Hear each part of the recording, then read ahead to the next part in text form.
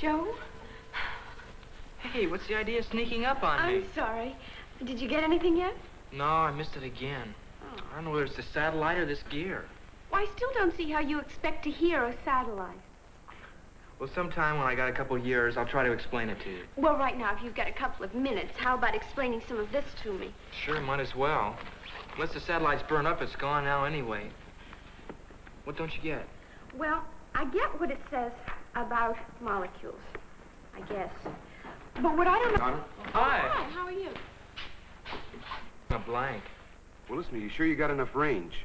I mean, trying to pick up a signal from a satellite's pretty tricky business. Well, other guys are doing it. I'll track it down yet. You know, last night at the church, some of the kids asked me to track you and Donna down, too. Too busy. Well, sure, we understand. It's just that we're trying to line things up for the next few weeks. We wanted to know if you'd be available to help us out with a program for one of the youth meetings. Well, maybe later on, but, well, right now... How about you, Donna? Oh, I'd like to help out. Only I'm just too busy. Okay. Remember, these meetings are important. Or did you forget?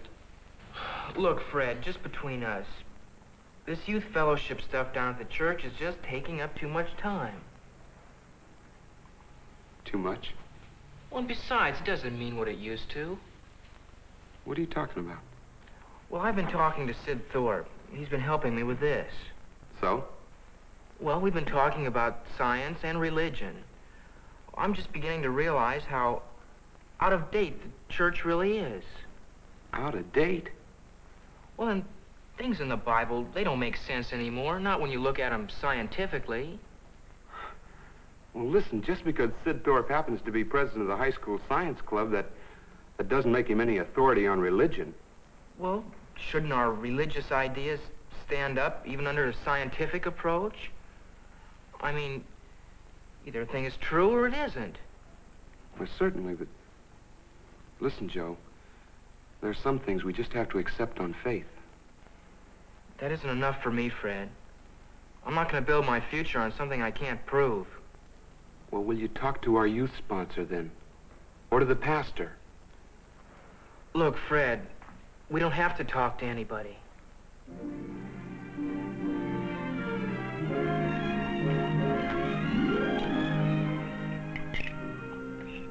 Son, when do you think you'll get your satellite tracker working? I don't know, Dad. I can't seem to find out what's wrong.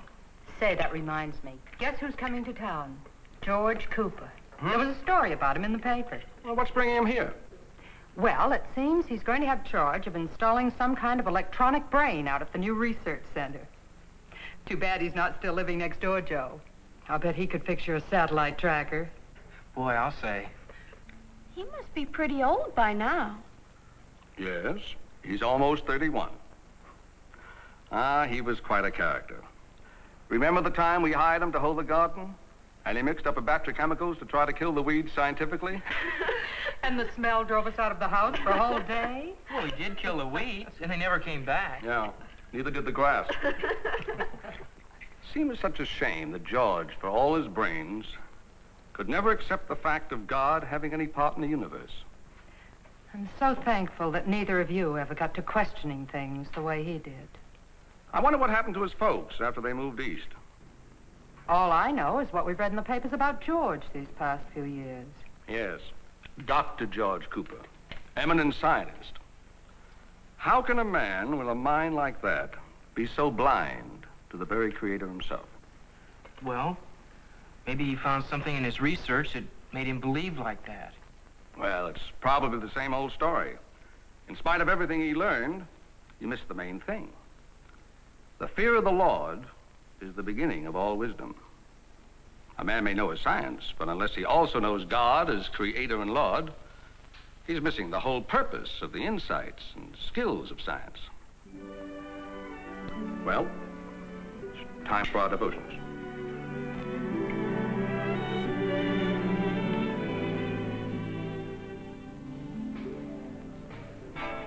I know exactly what you're going through, Joe. Same thing with my folks. They could just realize that things change. That their ideas about religion just don't fit anymore.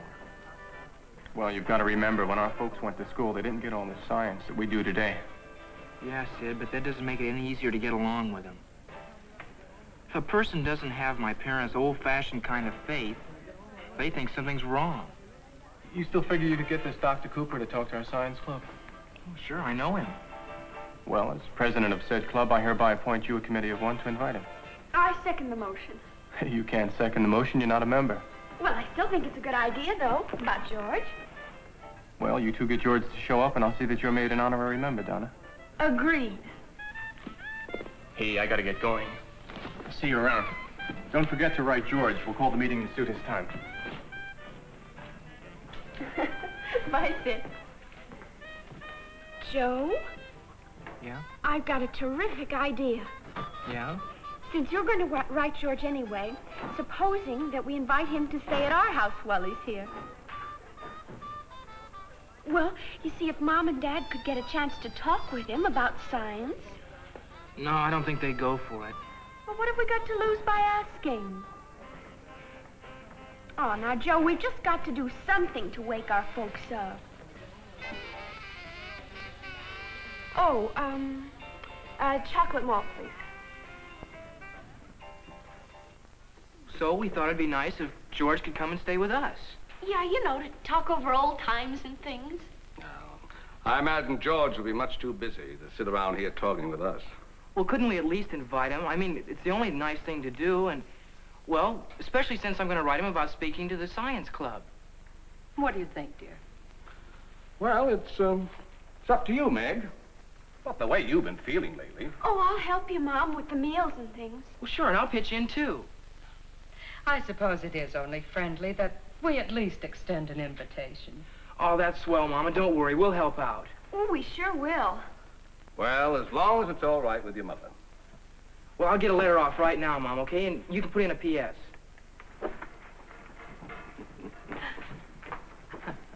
Are you sure you feel up to it? Oh, I'll be perfectly all right, dear. And George was lots of fun. Oh, well, the way Joe and Donna have been acting about their church activities, all their growing interest in science, this could be a rather memorable visit. George starts spouting off some of his scientific theories. You don't think he really would, do you? Well, if he does, it might be a good thing. But what if the children should misunderstand? They're so impressionable right now. What if he should plant any doubts in their minds?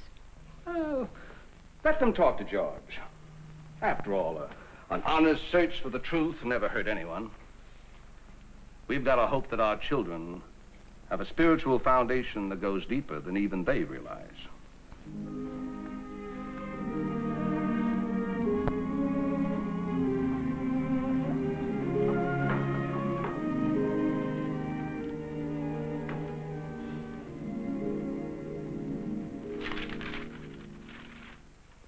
He's coming. George? Uh-huh. He says he'll be very glad to speak to your science club, and he's looking forward to Mom's home cooking. Okay, and... here, let me read it. Boy, it looks like things are going to be jumping around here. Oh, I can hardly wait. You show this to Mom yet? No, she's still taking her nap. Well, he better not wake her. She's going to need all her pep. Joe, maybe we shouldn't have done it. Why? Well, maybe it's really not very fair. After all, George is a real brain, and putting him up against our parents. Look, we're doing Mom and Dad a real favor. They're both pretty intelligent people. They're just, well, they haven't caught up with the times. Well, I know that, but I don't want to hurt them. Look, that's the last thing in the world I want to do. But...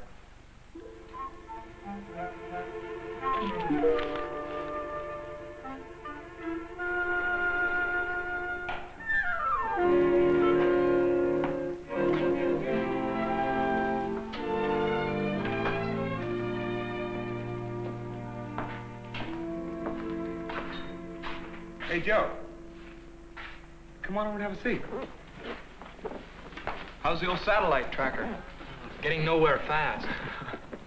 Well, Fred says you've been so busy you haven't had time to help out with even one meeting down at the church. Well, I've been up to my ears trying to get my equipment to work.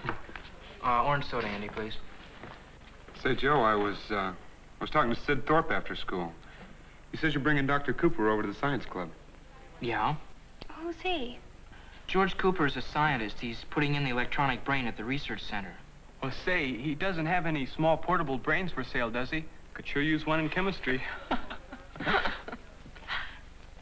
Oh, say, Joe, how come you're palling around with a guy like that?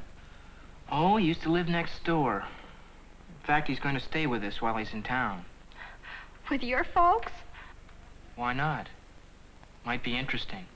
Well, it just seems sort of funny. I mean, well, this man's a scientist, and, well, the way your folks believe...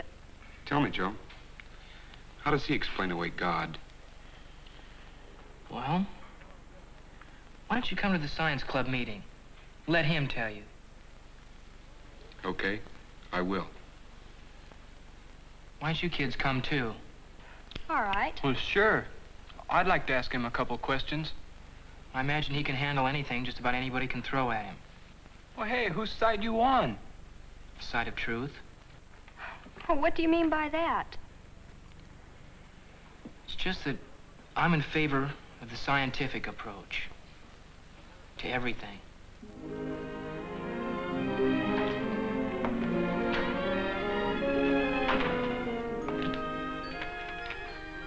Dad, what are you doing home so early? Is there something wrong? Your mother and I just got back from the doctor's. It seems I need an operation. What for? Well, it's an exploratory type. I haven't reacted very well to some tests the doctor's been making.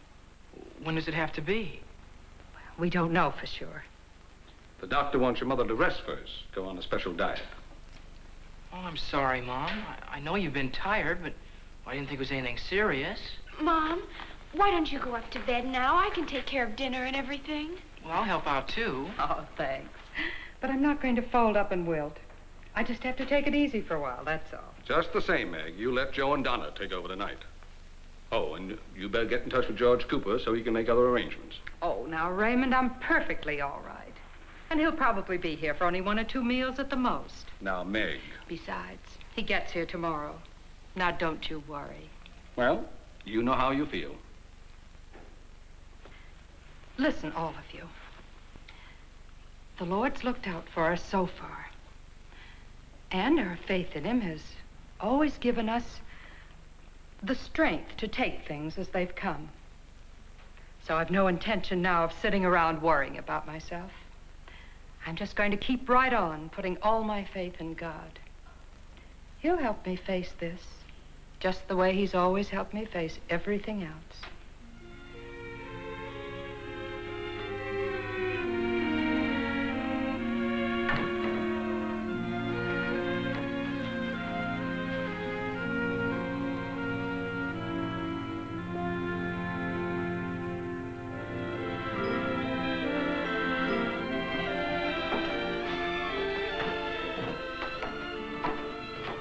Ready for me to wipe the dishes yet? Oh, I've already finished them. Well, I asked you to call me. I know, but the way you feel now, you probably would have dropped most of them. Yeah. I just can't get used to the idea of something being wrong with Mom. Me neither. I guess it's just that we've been, well, taking it so much for granted that she'd always be... You know, Joe, I've been thinking about what Mom said, and I never realized just how much her faith really means to her. Yeah. I wish now we hadn't talked the folks into inviting George. Well, maybe we could still get Mom to cancel it. You heard what she said. But we can't just let her go ahead and... I mean, we've just got to think of something. We can't let Mom know we're worried about her, or she's going to be upset. Of course, not that she isn't already. I can tell. It's just a big bluff. I know if I were in her place, I'd sure be worried. Well, I guess I better go on up to my room and try to get some studying done. If I can. Yeah, I've got to hit the books, too. Joe, please try to think of something, will you?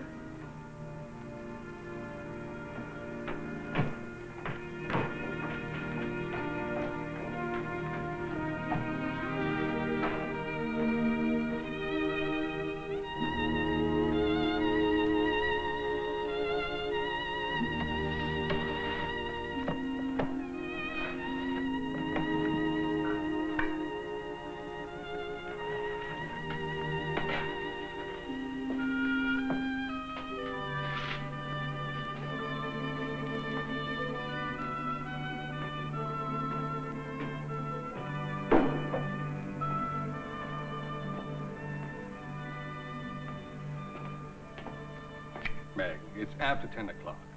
Don't you think you should be in bed? Yes, I suppose so. You know, dear, this 23rd Psalm, of all the times I've read it, I think tonight it means more to me than ever before. I shall fear no evil, for thou art with me. Oh, I'm not saying I'm not concerned, but I'm just not going to be overly anxious, because I know God will see us through, just as he always has. Of course he will, Meg. Oh, Raymond, what do people do who have to face a problem like this without a living faith in the living God?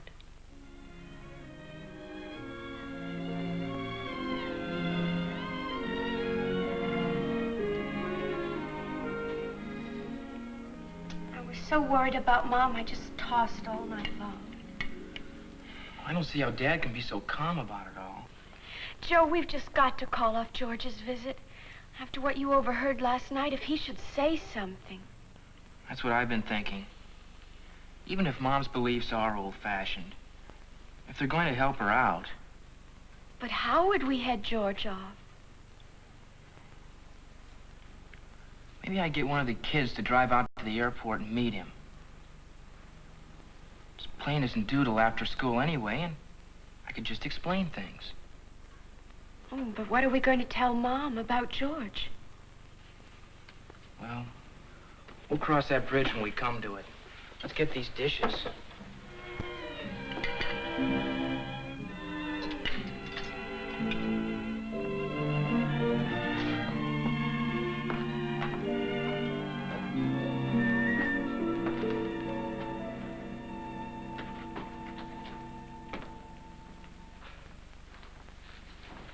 Joe, he's here. George? Yeah, he took an earlier plane. He's in the kitchen now talking to Mom. Oh, Joe, what are we going to do? You'll never believe it when you see him. Joe! Man, but you've grown. Last time I saw you, you were marble champ of the 2nd grade. Or was it the 3rd? Yeah, you were the one that showed me those trick shots. I remember. Say, George, do you know anything about satellite tracking gear? A little. Why? Well, I built a set and I can't get it to work. I wondered if you'd come down and take a look. Now, Joe, don't bother George with that yet. He just got here, and he's hungry. Well, I'll fix lunch, Mom. Fine, then we can sit down and chat. Mom, I hate to break in, but I have to ask George some things about the science club program so I can tell the kids at school this afternoon.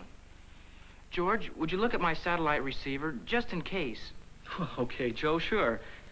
If you'll excuse us, Mrs. Burton. Of course, but don't let Joe talk your arm off. When he gets going on science... Well, maybe I'll talk his arm off.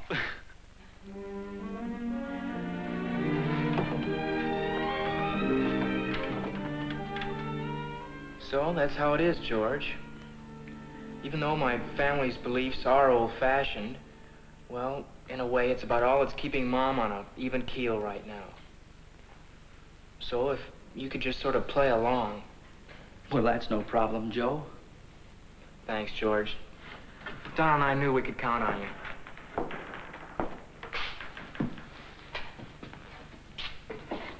I'm afraid you don't quite understand. You see, I happen to agree with your folks. You're kidding. I know it comes as a shock, but several years ago, I came to know Christ.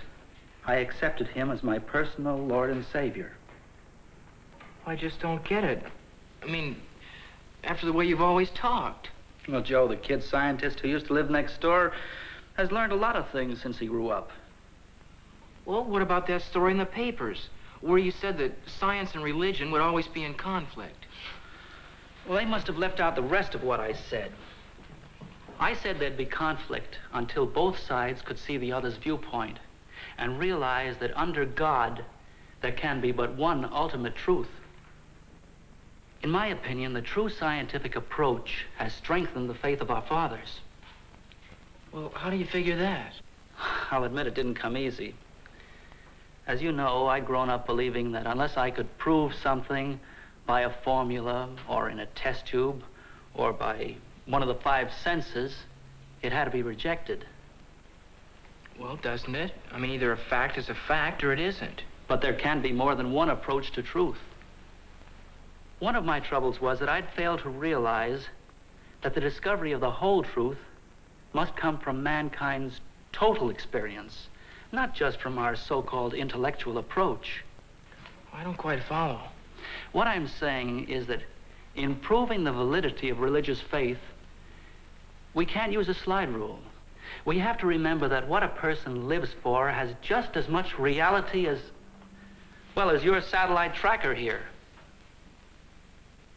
Tell me, Joe, do you love your mother? Well, sure. How much? Why, a lot. How much is a lot? Well, it's just a lot, that's all. In other words, you know you love her, but there's no way you can measure it with a scientific instrument. Well, yeah, I guess that's right. Well, then, just because science can't measure such things as love, faith, and hope doesn't mean they aren't real. You see, Joe, there is more to this world and to human life than demonstrable physical realities. There's a world of the spirit, which is just as real as the world of chemistry and physical science. But how can you prove that it's real? The overwhelming evidence of 2,000 years proves it. God speaks directly to the human heart. His greatest and most direct revelation was through Jesus Christ, his Son. Every person who has ever really believed in Christ has found this to be true. His life has been changed. The Bible tells us, if any man be in Christ, he is a new creature. Old things are passed away. Behold, all things are become new. But what about the conflicts between the Bible and facts that science has dug up? Well, I believe that any such seeming conflict arises because our present total approach to truth is still incomplete. After all, it wasn't really so long ago that scientists believed the world was flat and that the sun revolved around the earth. Joe, it's not a matter of science versus Christian faith, but rather science, as it discovers truth, is one of the avenues through which God is constantly revealing himself. You say you built this. Well, I put it together, or tried to. Well, can you imagine trying to put this together by placing all the parts in the barrel and shaking them until you had a perfectly working set? Hardly. Well, isn't it even more difficult to imagine that this wonderful universe, about which we still know so very little, could have just happened by accident? The more I see of the universe and its wonders, the more it becomes obvious that behind it all is the supreme intelligence we call God, the Creator, and that our every attempt to understand the facts of our existence draws us closer to him, and that he has already given us the key to the meaning of life through his Son, Jesus Christ, who said, "I am the way and the truth and the life. No man comes to the Father but by me."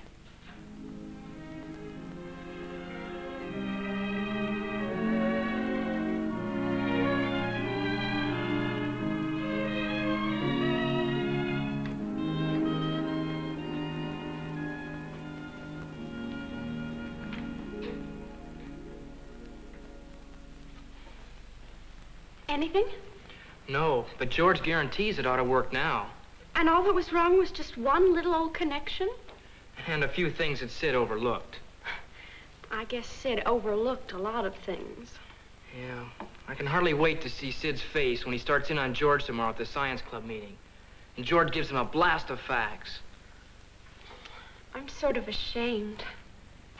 Yeah, so am I. I guess we were way out of orbit. Speaking of which, could I have a listen? Oh, sure.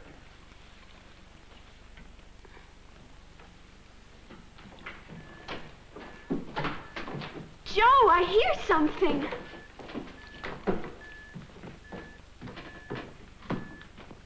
What's up? Get a satellite? I'm sure that's it. Here, listen.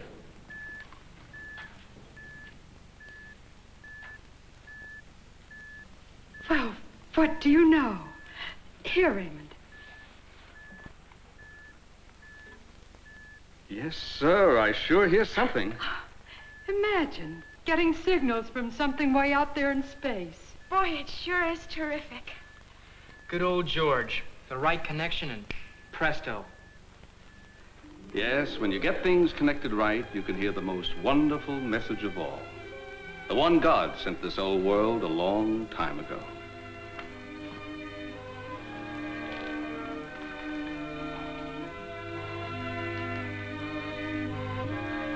Could I? Here.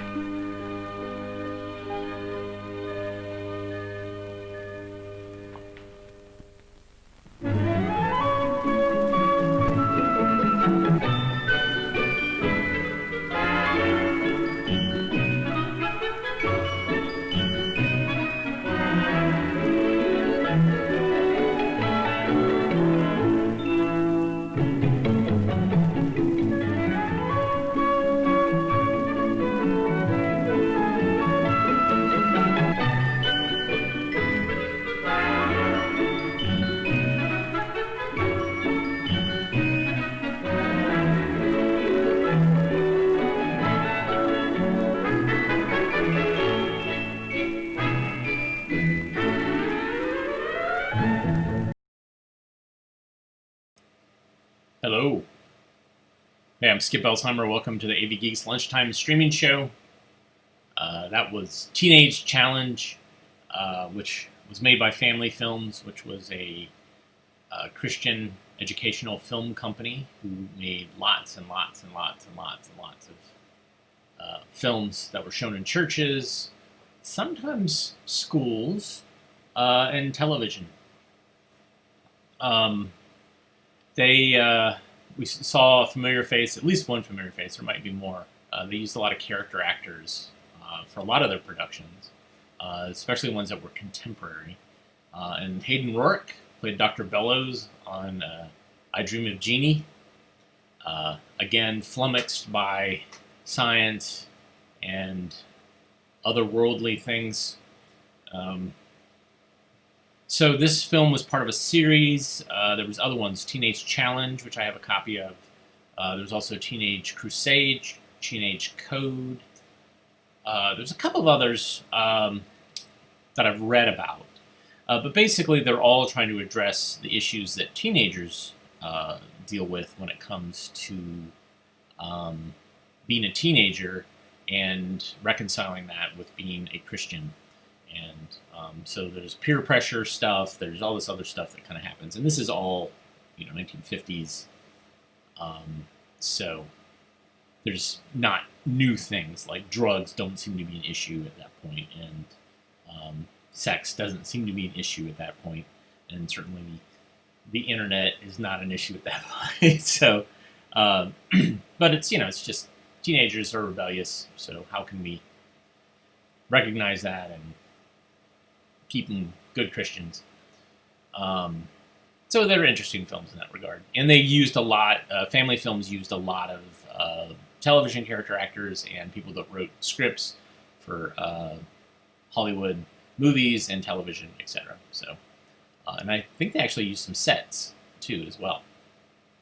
But, yeah, I've got quite a few family films. All right, so we watch old 16mm films, and some of them are pre-recorded, and some of them are live, and this allows us to show films from my collection that I haven't seen before. This is our telecine, which converts from 24 frames a second to 30 frames a second, and then we stream it to you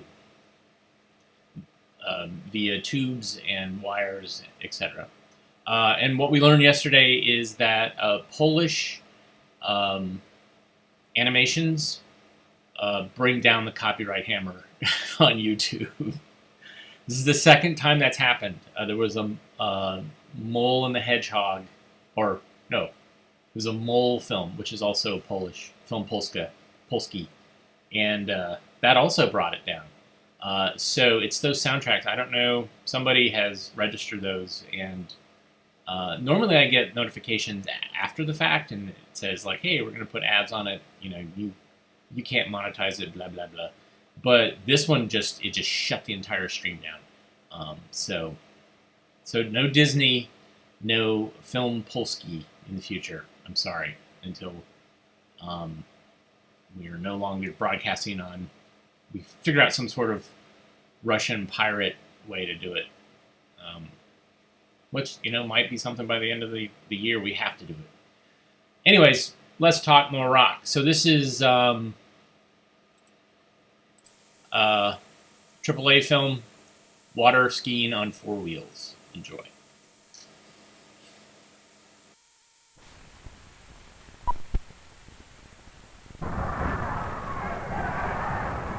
Traction, the adhesion to the earth that permits us to start moving, to turn, and to stop.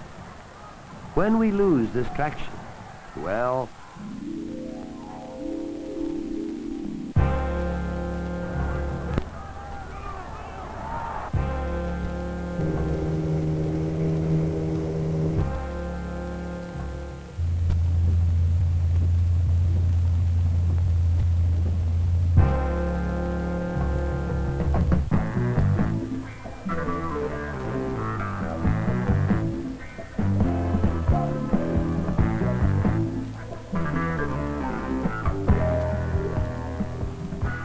reduced traction, a condition that often exists on roadways, that calls for special driving skills and an adjustment of normal driving habits.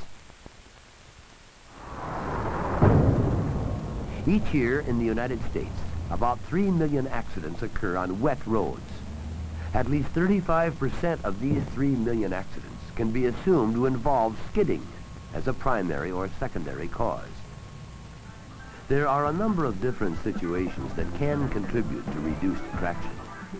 Situations where the needed gripping power of the tires exceeds the traction available on the road surface.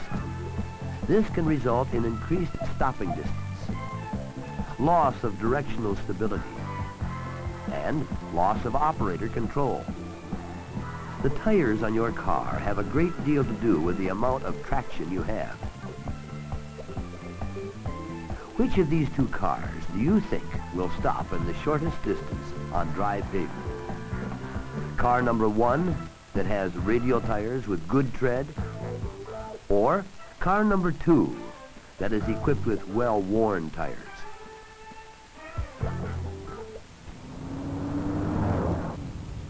Demonstrations prove that a car with well-worn or smooth tires will stop in a shorter distance on dry pavement.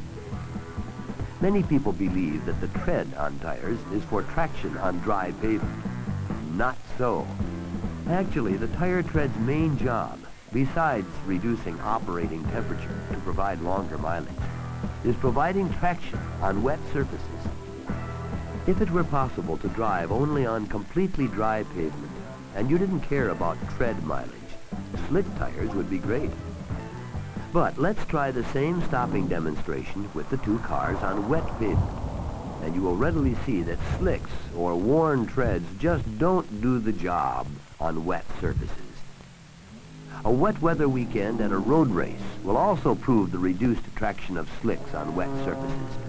Even top race drivers don't look forward to driving in wet weather.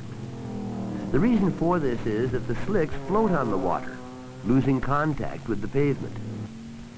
This loss of traction is known as aquaplaning, commonly called hydroplaning. When this occurs, you can actually lose control of your car when just cruising down a straight stretch of road.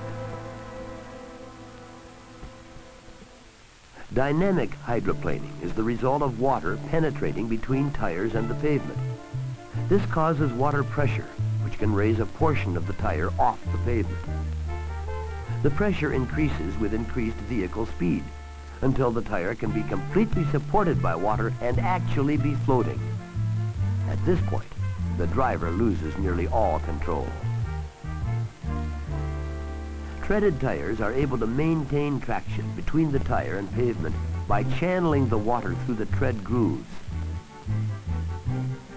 In some locations, pavements have been grooved, somewhat similar to tires, to provide greater traction under wet weather conditions. Regardless of the condition of the tires that are on your car, hitting the brakes on wet pavement can instantly turn your car into a giant water ski. And the more bald the tires are, the better they ski. In this demonstration at a test track, a vehicle traveling at 55 miles per hour will pass over a plate of glass covered with only 80,000ths of an inch of water. A green dye in the water permits a high-speed camera mounted below to show you how this water pressure prevents a partially worn tire from making any contact with the road. Anytime the water is deeper than the tread depth on your tires, hydroplaning can occur. Complete hydroplaning, with a total loss of traction needed for steering and braking, can occur at speeds as low as 30 miles per hour.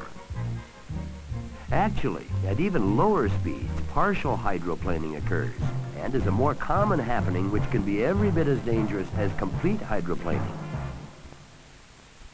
When it first starts to rain, a gooey paste forms on the highway and causes a viscous type of hydroplaning. This happens when the first drops of water combine with the dirt, dust, oil, and grease on the road surface and can be slicker than an ice skating rink. And even when heavy rains wash away much of the muck, don't forget that wet pavement is slicker than dry pavement, and wet rubber provides less traction than dry rubber. Viscous hydroplaning can occur without rain. A little dew from the damp night air is all that's needed to take away your traction. Think about this when you're out driving during the wee hours.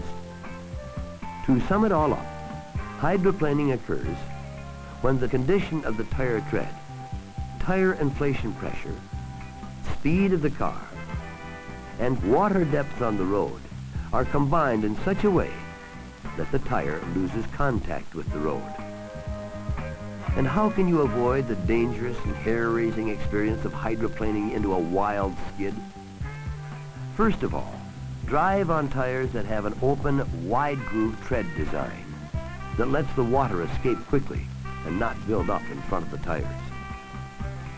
Low-profile tires have more tread on the road surface and provide for safe and sure handling under nearly all road conditions.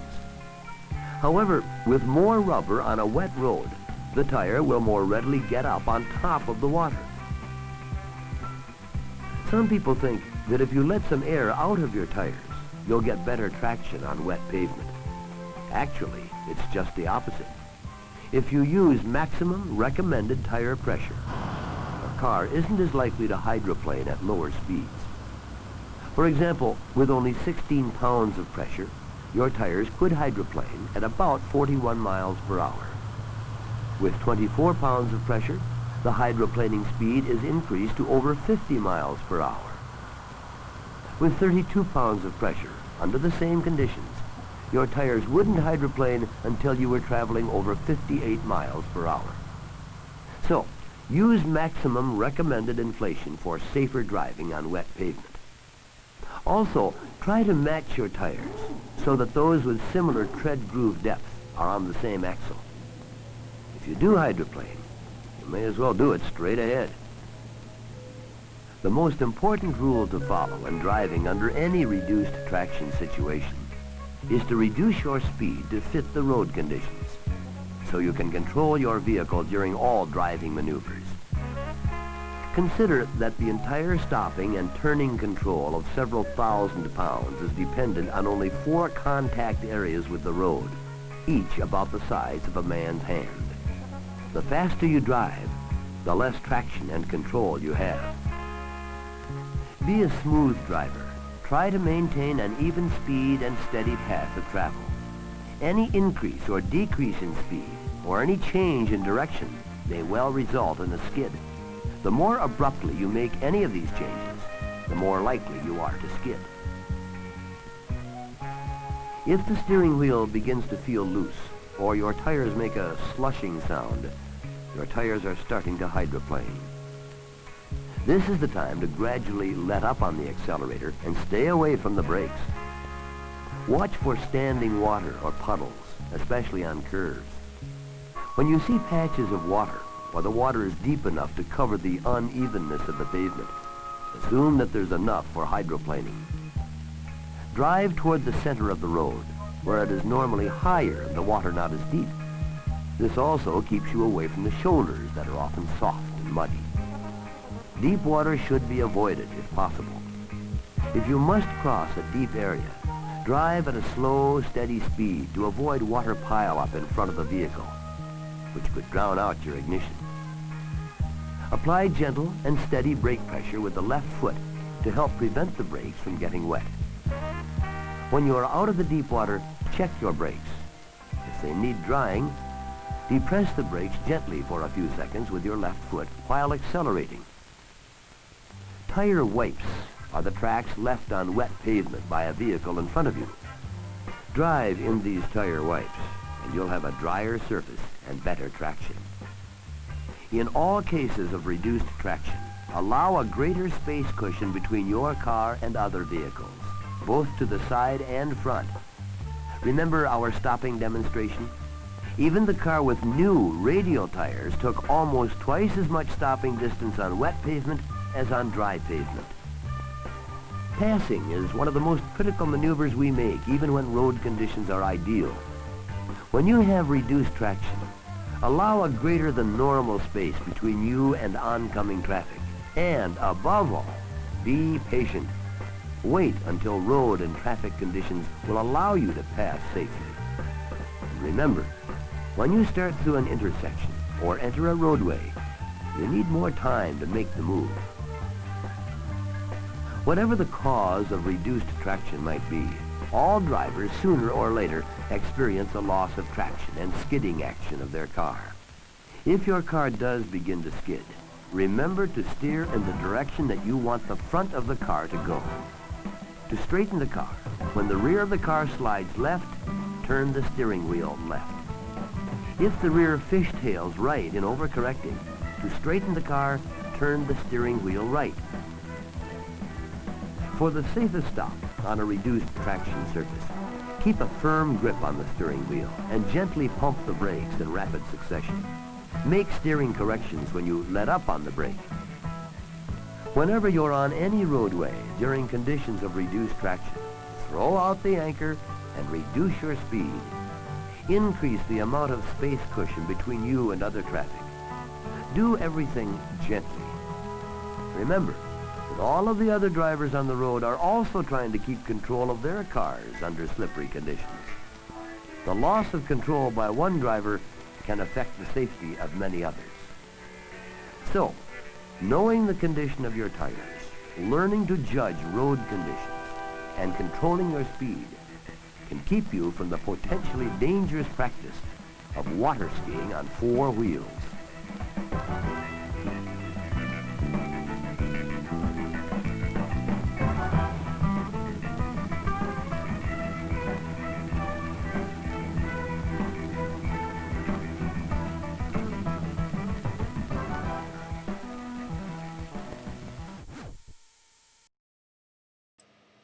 Countryman Clang. I love the name of that film company, Countryman Clang. It sounds home folksy and also mildly alien. Clang. Anyways.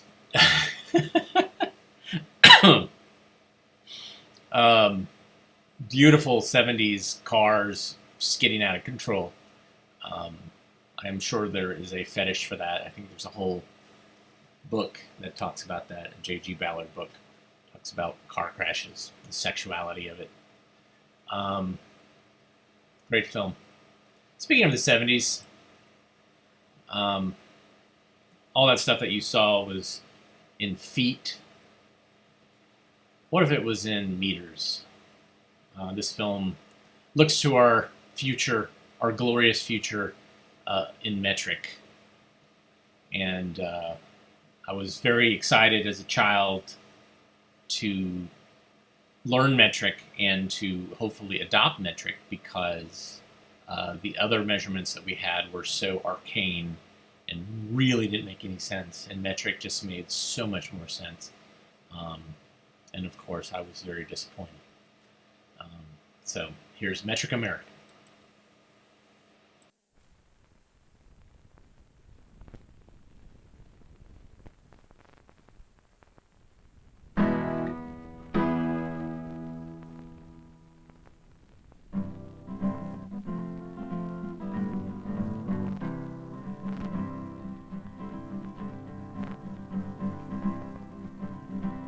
Well, there's something new for Uncle Sam. It's out with the pound and in with kilogram, out with the foot, in with the meter, out with the quart and in with the liter. We're all going metric. Now, what's all this fuss about? Hasn't the foot served us well enough? And the yard and the rod and the mile, too. Why change? Why should we go metric? Well, I'll tell you why by way of a tale. Tucked away in the Sawtooth Mountains is a strange village inhabited by a lovable people called Wimples. Wars, crime, and other ugly things are unknown because every Wimple is too busy making butter, milling flour, baking cookies, cakes, and generally making life comfortable. And like everyone else, they have a system of weights and measures to help them in their daily lives. Unfortunately, their measuring system is in a mess. A sack of flour, for instance, weighs in at so many tuttles. Tuttle is the town mayor, and 1 tuttle is his normal weight. But Wimples weigh using many other units, too, from bramboos to wackles, from barley corns to gobbles. With all these units, it's no wonder that Wimples hate to measure. After all, how many tuttles are there in a gobble? Well, not far away is another village of Wimples, and I'm sorry to report that things are not much better there. What with a different economy and some new ideas, they have a different system for measuring. But it is just as disorderly and just as confusing. The only difference is that Branberry punch and not pastry gets confused, with unfortunate consequences every now and then. What makes matters doubly bad is that the 2 villages engage in trade. Punch for pastry, pastry for punch. But if bramboos and tuttles get mixed up, what about bramboos and barleywigs? Or gobbles and girdles? The Wimples were in a real stew. Each village has its own measuring troubles, and between the 2 it was double trouble. Until word came one day that other Wimple villages in the next valley had invented a new streamlined measuring system. Everyone understood it, and trade was a pleasure. Now, here's a question. Suppose you were Mayor Tuttle. What would you do? Stick with double trouble, or switch over to the new system? we, you, me, and everyone else must answer that very question. Just about the whole world is measuring metrically and having an easier time of it. England was one of the last to be swept up in the metric tide, but by 1965, they too were going metric. Now North America is standing out conspicuously. And Canada wants to go metric, but it's waiting for us. Our two economies are that closely tied. Well, good grief, who can keep track of the inch and foot, yard and rod, league and mile, teaspoon, tablespoon, pint and quart, bushel and a peck, not to mention avoir, du poids, and others too. You see, like the Wimples, our measuring system is haphazard, based mainly on folkways. Why, did you know that the inch was once defined as the length of 3 barley corns, round and dried when laid end to end? Shades of Mayor Tuttle. Well, isn't it time we forget all this and go metric? We won't be all alone. In 1968, Congress commissioned a 3-year study, and the study said in part, every country of economic importance, except America, is using the metric system, or has decided to. Canada is waiting on us. International trade can be increased and made simpler by going metric. America is slowly drifting over to the metric system anyway. We might as well get there in an orderly fashion. There's something new for Uncle Sam. It's out with the pound and in with kilogram, out with the foot and in with the meter, out with the quart and in with the liter. The U.S. of A. is going metric. You know, the metric system is hardly new. Thomas Jefferson talked about a metric America, and that was a long time ago. So did John Quincy Adams and others after him. Of course, Europeans have been using the metric system for years. So have our own scientists. When Sputnik went up in 1957, the U.S. Army went metric, at least as far as weapons go. And druggists have been using metric measurements for more than 10 years. No, the system is hardly new. Now, here's what it's all about.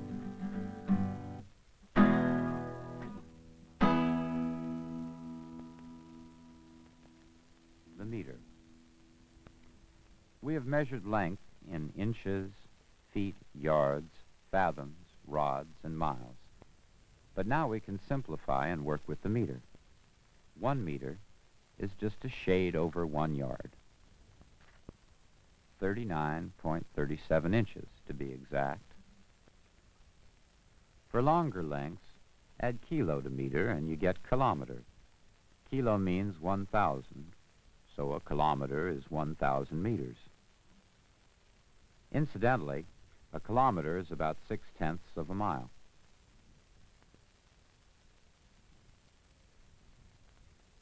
For measuring pencils and other short things, add centi to meter, and you get centimeter.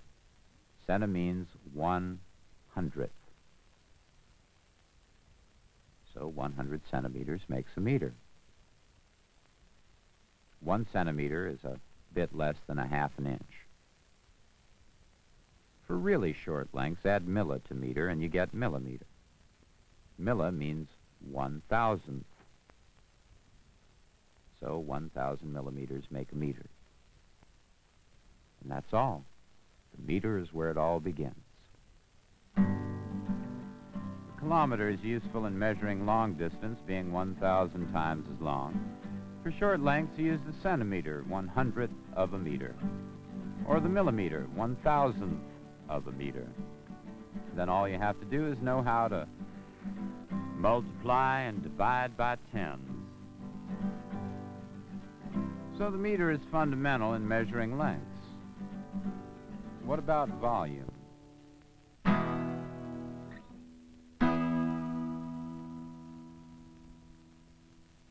The liter, used in measuring volume. A shade larger than a quart, about 1.06 quarts, in fact. As with kilometer, add kilo to liter and you get kiloliter, 1,000 liters. For measuring very small quantities, add milli to liter and use milliliters. Remember, the liter is the main metric unit for measuring volume, just about a quart. 1 liter of milk, 50 liters of gas, and that's the way it's done. So much for length and volume. There's weight to measure, too.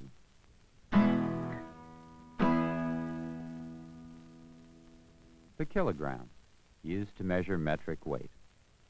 A little more than 2 pounds. 2.2 is close enough.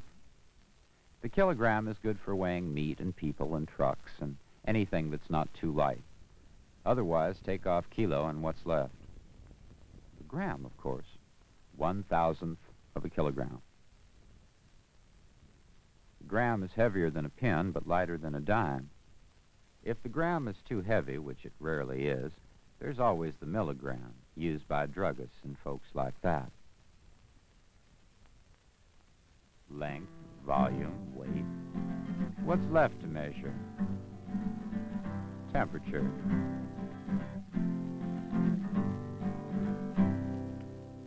Celsius. Have you heard the term? Celsius is in and Fahrenheit is out. Maybe you have heard of the centigrade scale. Well, Celsius is the man who invented it, and now, to honor him, we call centigrade Celsius. The Celsius scale is based on the temperature of water. 0 is freezing. The temperature of water just turned to ice. 100 is boiling. The temperature of water just turned to steam at sea level. Most temperatures you measure are in between, unless you live at the North Pole. Is there anything left to measure? Time, for one. Well, you'll be happy to know there's no change here, because metric time is also figured in seconds, minutes, and hours. There's some other scientific units, none of which are new, and you already know the important changes. There's kilogram and the Celsius, and the meter and the liter. Everything else comes from dividing and multiplying by 10, or 100, or 1,000. Scientists and engineers go even further.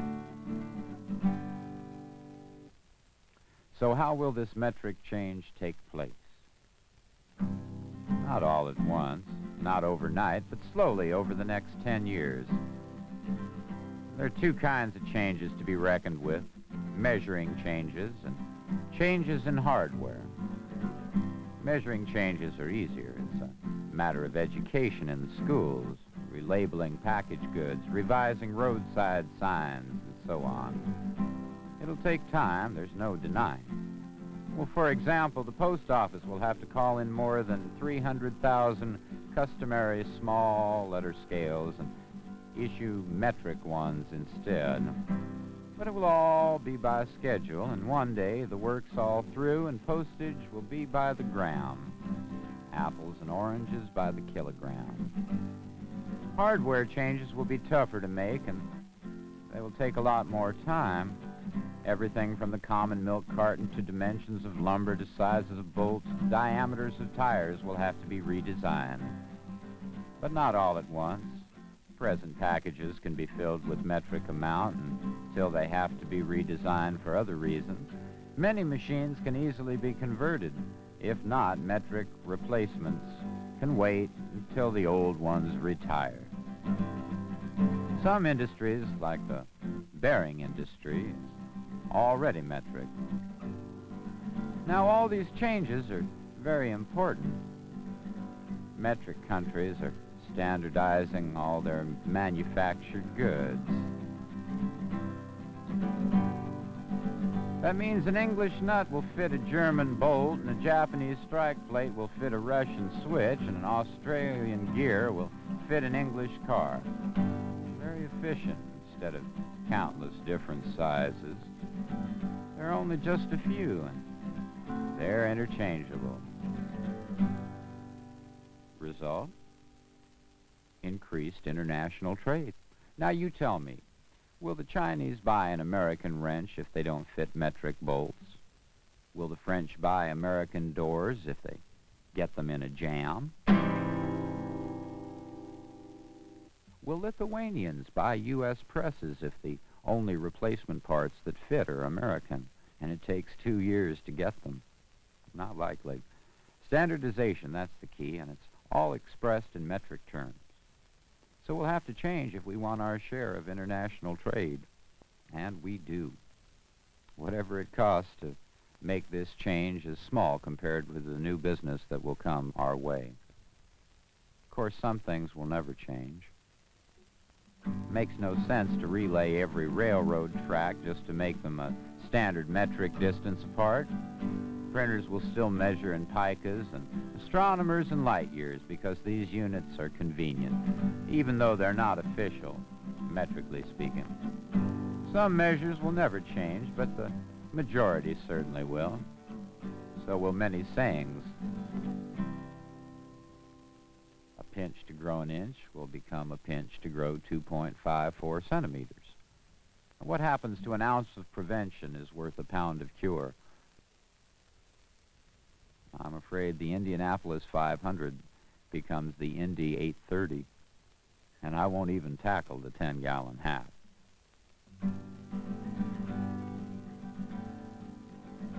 Now my story about our new metric America is almost at an end, but give me a moment to wind things up by telling you what we have to gain. We replace a lot of complicated units with a few simple ones, all related by factors of 10. Everyone's arithmetic will be simpler and more accurate.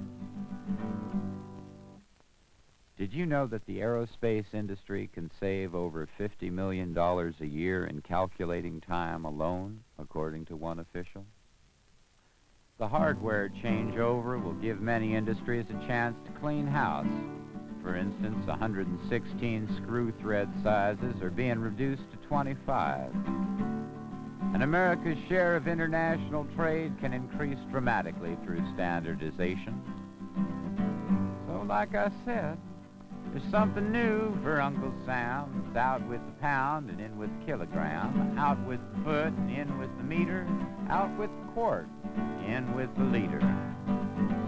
America is going metric. It's a darn good thing. And that's all.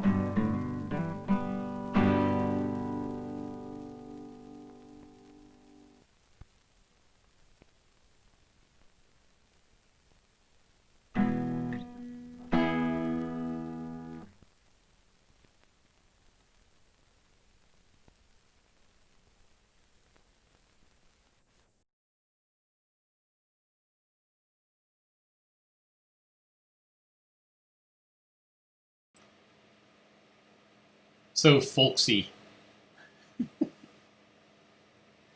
Yeah. I mean, there's excellent points in there of like, wow, if you retool, it's a pain, but if you retool American manufacturing to support metric, then you are now competing on a global marketplace. And you can sell stuff to entities outside your borders. But I don't think that happened. You know, it's the sad story of the metric America that never was. It might eventually be. I guess drugs are measured in metric. Soda is measured in metric. Kinda. Yeah. It's too bad. Too bad. All right. It's just like what's hilarious is film is. We talk about film gauges as 8 millimeter, 9.5 millimeter, 16 millimeter, 35 millimeter, 70 millimeter. But then we talk about footage as feet. So it's a weird. That's even weirder. I just wish we could just switch it all over. Anyhow, thanks for the coffee. People have been donating coffee as a way to support AV Geeks because caffeine is what percolates our brains and makes us I don't know, makes us not so bleary-eyed, makes us take risks in what we show you. I don't know what the real correlation is, but we appreciate your support. We also appreciate people that like and subscribe and all the things that you can do on social media to voice some sort of support for what we do. Thank you for that. And I very much like the comments, and I like the fact that you let me expose your eyeballs to something that you wouldn't normally see for an hour every day. So thank you for that. This next film is animated and is not Polish, and it is a Grimm fairy tale. So this is Three Golden Hairs.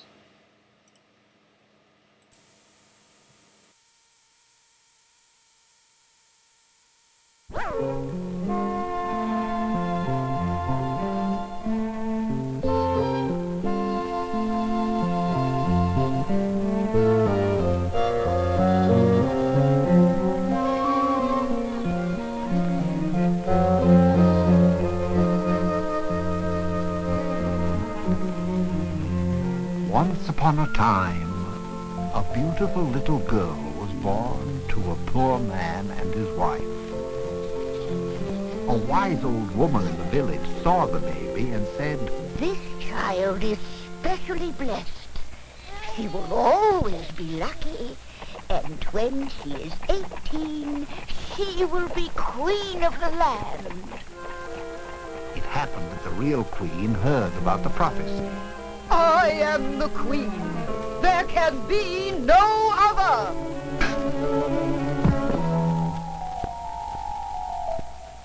Then she put on a disguise and went to the poor man and his wife and said in a friendly way, Give me your child, and I will raise her with great care.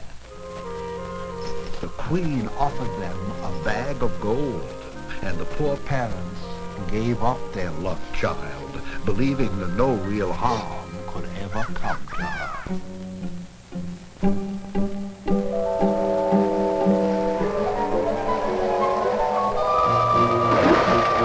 Good riddance.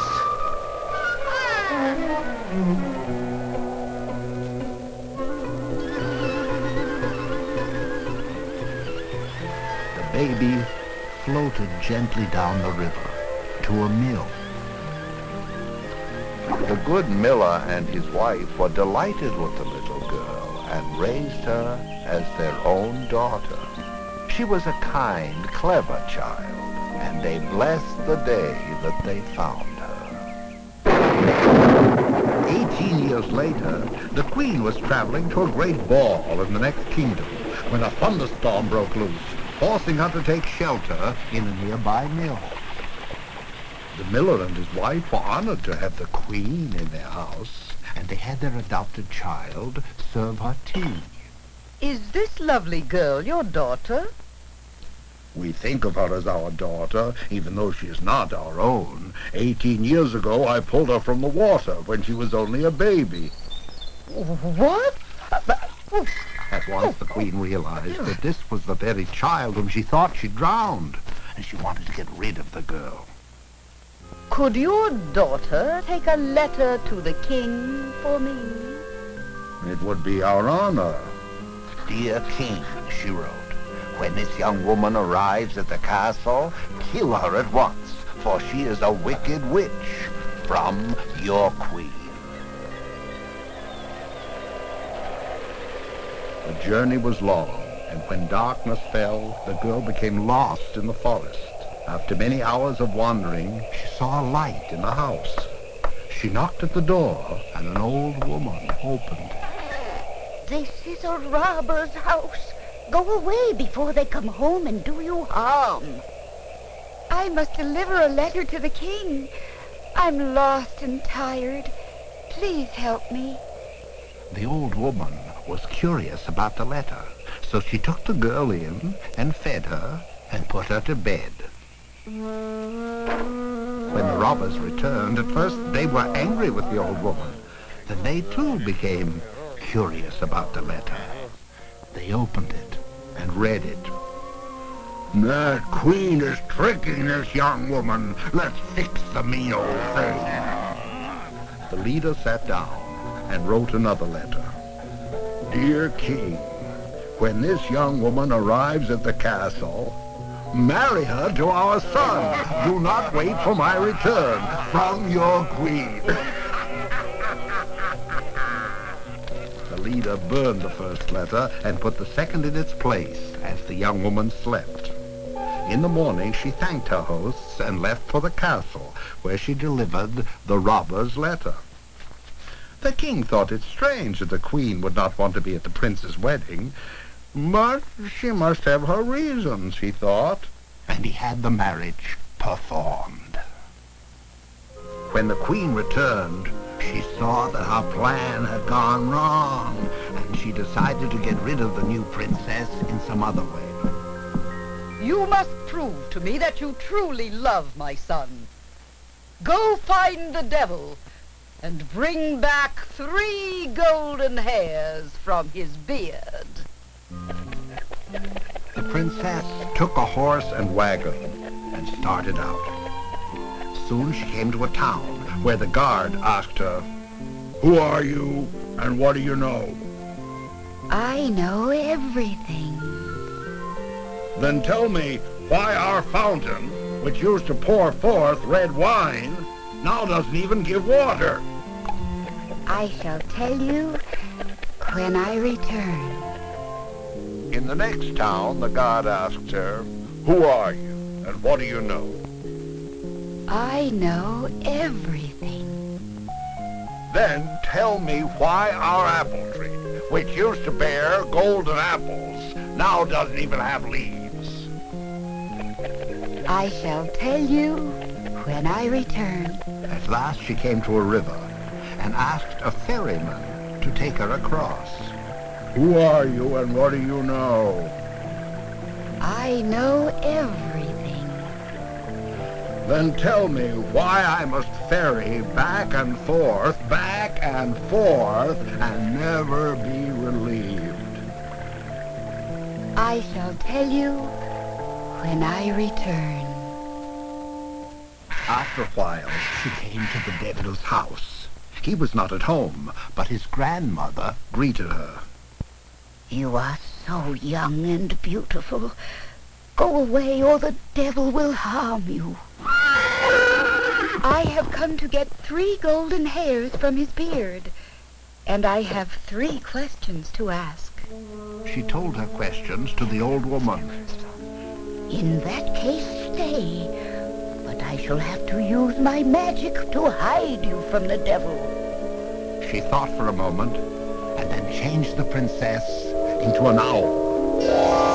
Now just sit here and keep your ears open. The devil came home and had a big meal.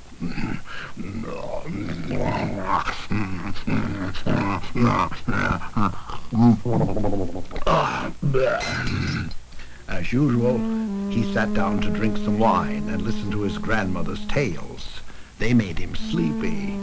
Soon, he began to snore.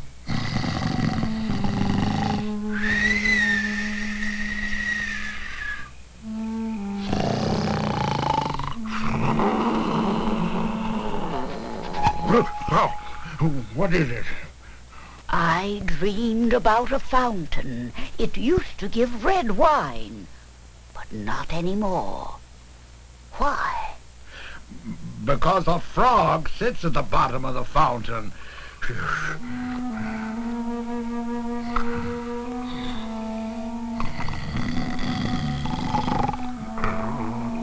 Oh! What is it? I dreamed about an apple tree. It used to bear golden apples, but not anymore. Why? Because a mouse is eating one of its roots.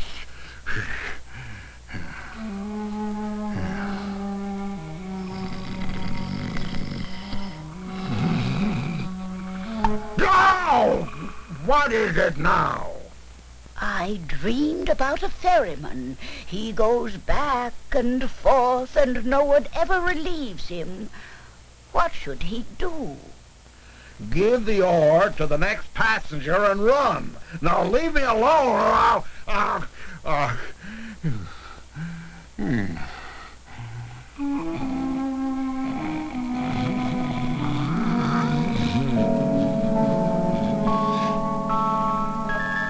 In the morning, when the devil had left, the grandmother turned the owl back to a young princess and gave her the 3 golden hairs.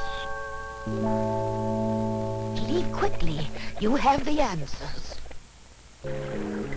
After the ferryman had taken the young woman across the river, she said, Give your next passenger the oar and run. at the town with the apple tree, she told the people the answer to their question. At the town with the fountain, she told the people the answer to their question. And the people from each town gave her a sack of gold. So the lucky princess returned home not only with 3 golden hairs from the devil, but also with 2 sacks of gold. The prince was delighted to see his bride. She gave the 3 golden hairs to the queen, who was still determined to get rid of the young woman. But at the moment, she was more interested in the gold, for she was very greedy. Where did you get all that gold, dear? Oh, I crossed the river on a ferry. On the farther shore, gold lies like sand. I scooped this up. Can I get some too? As much as you like. Just take the ferry. No time to waste. Row me across the river, quickly. The ferryman took her to the other shore, then placed the oar in her hand and ran away.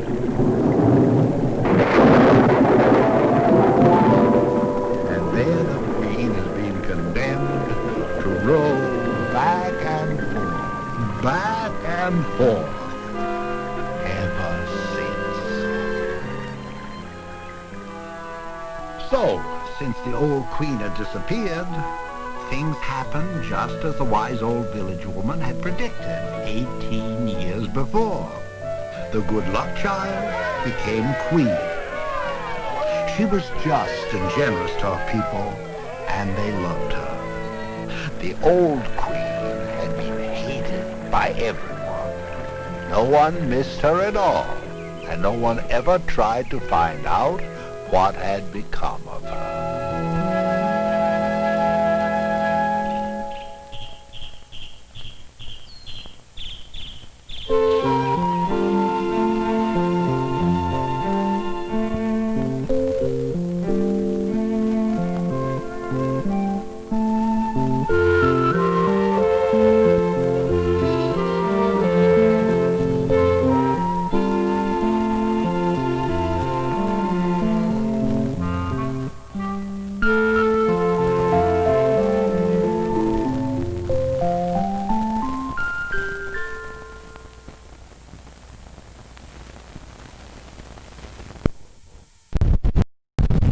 Ladies, I have here a pleasantly perplexing dilemma. Which Swanson frozen dinner shall it be tonight? Swanson's chopped sirloin dinner or Swanson's meatloaf dinner? The problem deepens when one notes the tender, beefy chopped sirloin that highlights this feast. It's all sirloin, set in natural brown gravy, flanked with French fried potatoes, green peas, and a warm-hearted Pepperidge Farm recipe blueberry muffin. No contest, you say? Wait till you taste the rapturous delights of this Swanson meatloaf dinner. A thick, juicy slice of meatloaf in a tasty tomato sauce with hash brown potato nuggets, green beans, and a Pepperidge Farm recipe chocolate nut brownie as a final sweet touch. Now which Swanson dinner will you choose? Chopped sirloin or meatloaf? Either way, you can't lose, providing you trust Swanson.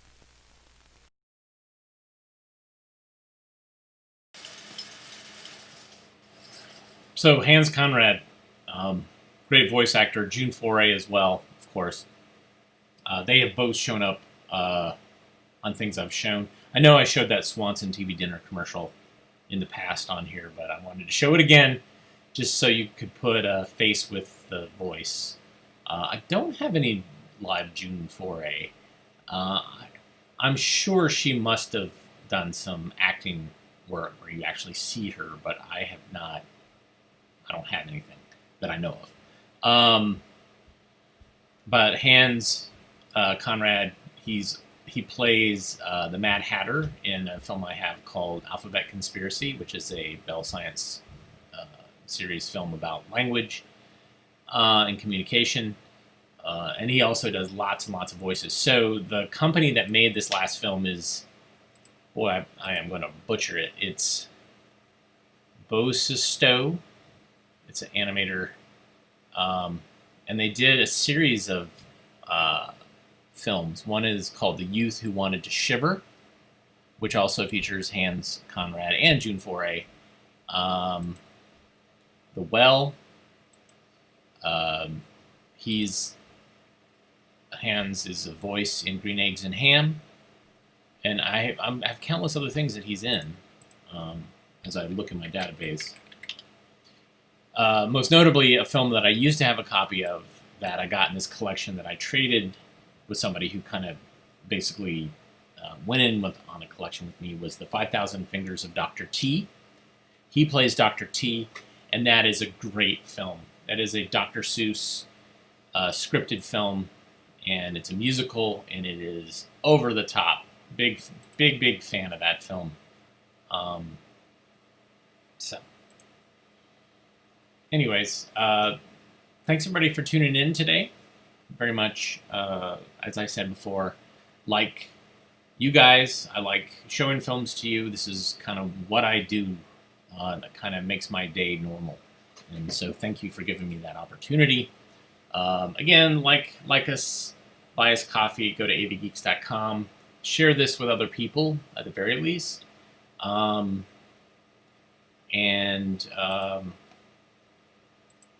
going to say farewell for the day, because I got a bunch of work to do on scanning, etc.